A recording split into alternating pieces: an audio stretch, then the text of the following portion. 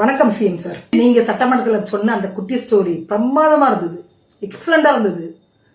அதாவது நீங்க சட்டமன்றத்தில் எங்க காணோம், உங்க அப்பாவை காணோம் எங்க அப்படின்னு நீங்க தேடிட்டு இருந்தீங்கல்ல. நீங்க தேடுறது யாருன்றது எங்களுக்கு நல்லா தெரியும். நம்ம டேடி ஸ்டாலினை தான் நீங்க தேடி இருக்கீங்க. அங்க டேடி ஸ்டாலின் வந்து சித்தரஞ்சன் சாலையில தான் இருப்பாங்க. நம்ம எதிர்கட்சி தலைவர் வீட்டுக்கு போனா அவங்க அப்பாவை அவர் பார்த்துடலாம்.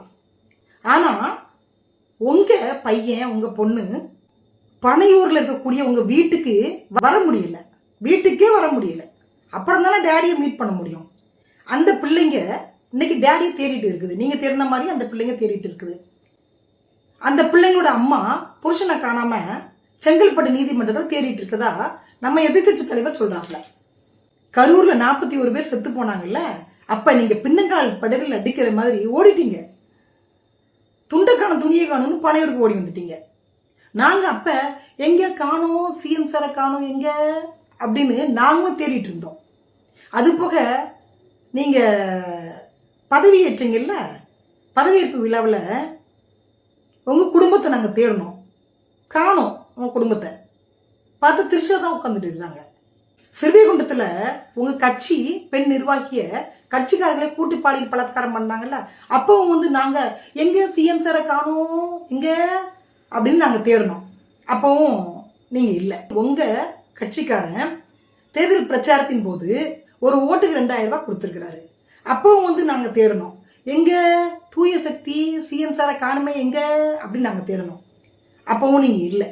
அதனால சிஎம் சார் நீங்க என்ன பண்ணுங்க, சட்டமன்றத்துக்கு போனீங்கன்னா மக்களுடைய பிரச்சனையே பேசுங்க, எதிர்கட்சி கேட்கக்கூடிய கேள்விகளுக்கு பதில் சொல்லுங்க. அதை விட்டுட்டு இந்த மாதிரி பிரைவேட்டா நீங்க தாக்கினீங்க அப்படின்னா அது உங்களுக்கு தான் அசிங்கம். உங்க குடும்பத்தை நீங்களே சட்டமன்றம் வரைக்கும் அசிங்கப்படுத்திட்டு இருக்கீங்க. ஆக்கப்பூர்வமா ஏதாவது பேசுங்க. நீங்க வந்து முன்னாள் முதலமைச்சர் ஸ்டாலினை, முன்னாள் முதலமைச்சர் எடப்பாடி பழனிசாமி அவங்கள தாக்குற மாதிரி நீங்க வந்து இந்த மாதிரியான கேம்ல விளையாண்டீங்கன்னா அது உங்களுக்கே வந்து ஆபத்தா முடிஞ்சிடும். சோஃபா மாடல் அப்படின்னு சொன்ன உடனே சிஎம் சாருக்கு விளங்கவே இல்லையா. எனக்கு அத மாதிரி இந்த பதிவு பார்த்த வரவு சுத்தமா விளங்கல. அதாவதுங்க, இந்த பஞ்சாயத்தை பார்க்கும்போது எனக்கு கரகாட்டக்காரன் படத்துல ஒரு சீன் ஞாபகத்துல வருது. நீங்க பார்த்துட்டு தெரிஞ்சிருக்கோம். அதுல ஒரு கார் காமெடி வரும். ராமராஜன் சொல்லுவாப்புல, அண்ணே அந்த காரை வித்துருங்கன்னா கேட்க மாட்டேன்ட்டீங்க, மானத்தை வாங்குறீங்க நீங்க அப்படின்னு அவர் சொல்லுவாரு. அப்ப கவுண்ட் பண்ணி சொல்லுவாரு, என்ன தம்பி இப்படி சொல்லிட்டீங்க, நீங்க இந்த காரை யாரெல்லாம் வச்சிருந்தாங்க தெரியுங்களா? நீங்க மாந்தோரம் மகாராஜா வச்சிருந்தாரு, திருவனந்தபுரம் ஐனஸ் வச்சிருந்தாரு, ஹைதராபாடு நிஜாம் வச்சிருந்தாரு, அப்புறம் ஒரு மந்திரி வச்சிருந்தாரு, அப்புறம் ஒரு எம்எல்ஏ வச்சிருந்தாரு, அப்புறம் கவர்ச்சி நடிகை சொப்பன சுந்தரி வச்சிருந்தாரு அப்படின்னு அவர் சொல்லுவாரு. அப்பதான் வந்து செந்தில் கேட்பாரு, காரை வச்சிருந்த அந்த சொப்பன சுந்தரி இப்ப யார் வச்சிருக்கா அப்படின்னு கேட்பாரு. அந்த மாதிரி இந்த பஞ்சாயத்தை பார்க்கும்போது இந்த கூட்டணி கட்சிகளை யார் யாரெல்லாம் வச்சிருந்தாங்க தெரியுங்களா? அண்ணா திமுக வச்சிருந்தாங்க, திமுக வச்சிருந்தாங்க, அண்ணா திமுக வச்சிருந்தாங்க, திமுக வச்சிருந்தாங்க. இப்ப யார் வச்சிருக்காங்கன்னு பாத்தீங்கன்னா இப்ப டிவிக்கு வச்சிருக்கிறாங்க. அந்த மாதிரி இந்த பஞ்சாயத்துக்கு ஒரு முடிவே இல்லாம போகுதுங்க. பேசாம லட்சுமி ராமகிருஷ்ணன் மேடம் வந்து கூப்பிட்டு சொல்வதான உண்மை நிகழ்ச்சியில இந்த கூட்டணி ஆட்சி இருக்குல்ல, இந்த கூட்டணி ஆட்சி தூய சக்தி ஆட்சி உட்கார வச்சு கேட்டதா ஒரு முடிவு வரும் பொழுது கன்னித்தீவு வரும்ல, அந்த மாதிரி இதுக்கு ஒரு எண்டே இல்லாம போயிட்டு இருக்குதுங்க. என்ன பண்ணனே நமக்கு தெரியல, யாரு சொல்றது உண்மைன்னே தெரியல.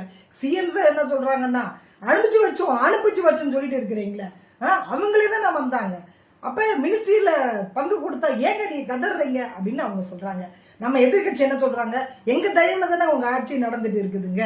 அது போக வந்து ஸ்டெப்னிக்கு அண்ணா திமுக எம்எல்ஏ வர வாங்கி வச்சிருக்கீங்கல்ல அப்படின்னு அவங்க சொல்றாங்க. நியாயமா தான் இருக்குதுங்க. கூப்பிடாம இந்த கட்சிகள்லாம் வாலண்டரியா வந்தாங்க அப்படின்னு சட்டசபையில சிஎம் சார் பேசுறாப்ல. கூப்பிடாம வந்தவங்க ஆபீஸ்க்கு நீங்க எங்க சோஃபா தூக்கிட்டு போனீங்க? அவங்க தானே உங்களை தேடி வந்திருக்கும், நீங்க அவங்களை தேடி ஏன் போனீங்க? அவங்க உங்களை தேடி வரவே இல்லையே. என்னங்க கரெக்ட் தானே? உங்களுடைய கருத்து நடந்து நீங்க பதிவு பண்ணுங்க. நன்றி, வணக்கம். திமுகக்கும் எனக்கு நடுவுல யாரு வந்தாலும் நிர்வாகம் பொறுப்பல்ல. இது கிட்டத்தட்ட ஒரு 3rd கிரேட் ரவுடி பேசுற வார்த்தை. அப்போ இவங்களுக்கும் திமுகக்கும் நடுவுல வந்தது யாருன்னா கூட்டணிகள் தான் இருந்தாங்க. நாங்க வெளியே இருந்து ஆதரவு தெரிவிக்கிறோம். நேத்திக்கு அவர் அவமானப்படுத்தினது கூட்டணி கட்சி தான் அவமானப்படுத்திருக்காரு.